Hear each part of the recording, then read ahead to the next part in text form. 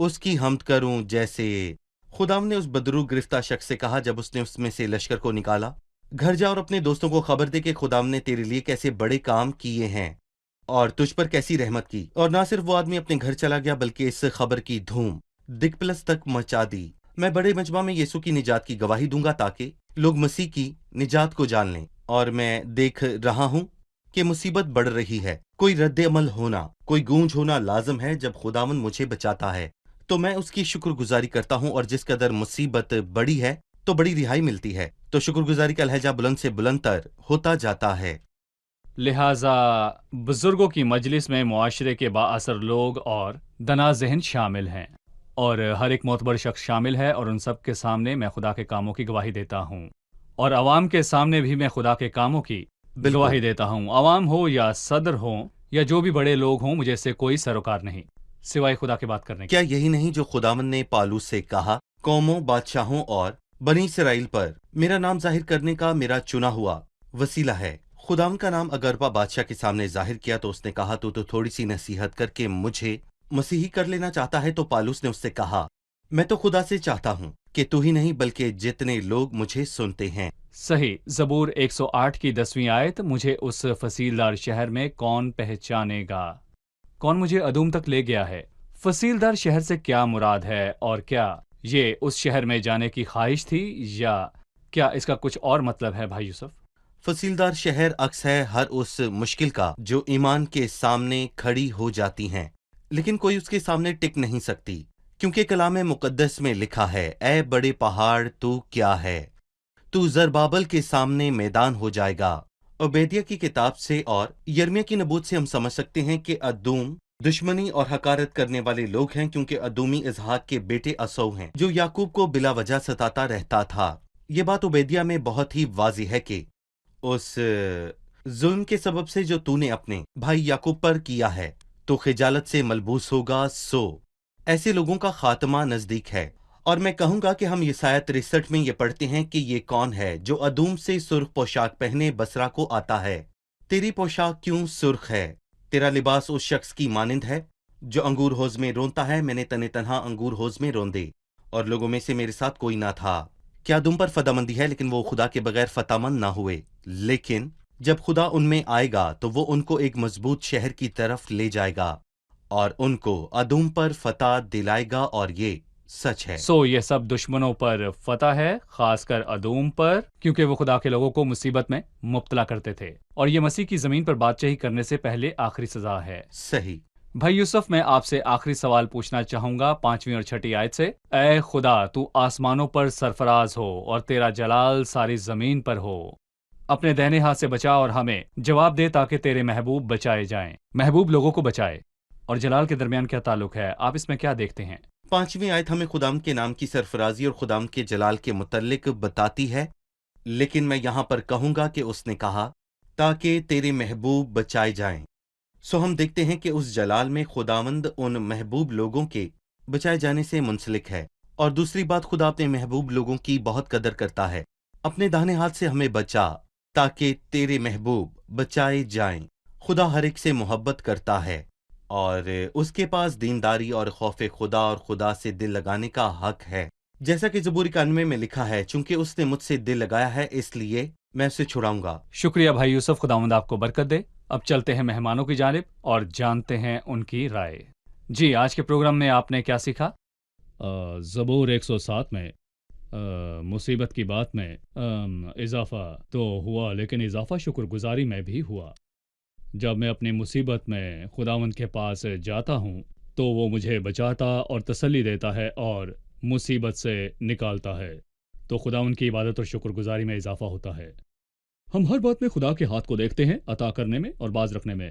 جب وہ باز رکھتا ہے، مجھے اس کی حکمت اس معاملے میں دریافت کرنی ہے، اور عطا کرنے پر شکر گزاری کرنی ہے۔ حالات جس قدر سخت ہوں گے اور ہم خدا ان کی فریاد کریں گے تو وہ ہمیں بچائے گا، لہٰذا شکر گزاری کرنے کا لہجہ بہتر ہونا چاہیے۔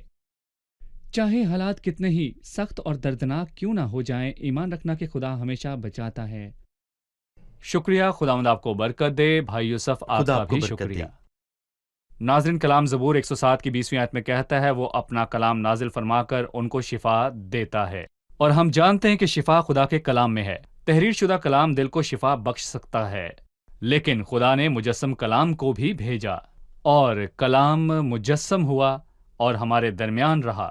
گناہ کی وبا کا کوئی علاج نہیں سوائے مسیح کے جو مجسم کلام ہے۔ قبول کریں کہ آپ جس کا دل حالات کے باعث ٹوٹا ہوا اور گناہ کے سبب سے برباد اور دنیا کا ستایا ہوا دل اور روح کی شفا مسیح کو قبول کرنے کے سوا اور کچھ نہیں۔ اسے قبول کریں تو آپ ضرور شفا پائیں گے۔ آنے والی قسط میں آپ سے پھر ملاقات ہوگی۔ خداوند آپ کو برکت دے۔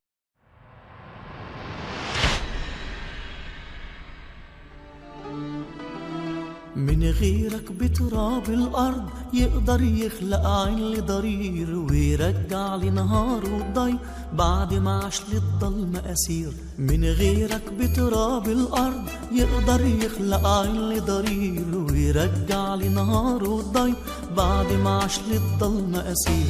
انت عظيم وقدير، حبك حب كبير، نيرك هاي ما انت حنايم، مش ممكن تتغير يوم، ما بتعجزش ايديك ولا شيء صعب عليك، تشفي بكلمة وتحيي الميت وتفرح قلبي المهموم. انت عظيم وقدير، حبك حب كبير، نيرك هاي ما انت حنايم، مش ممكن تتغير يوم، ما بتعجزش ايديك ولا شيء صعب عليك، تشفي بكلمة تحيي الميت وتفرح قلبي المهموم.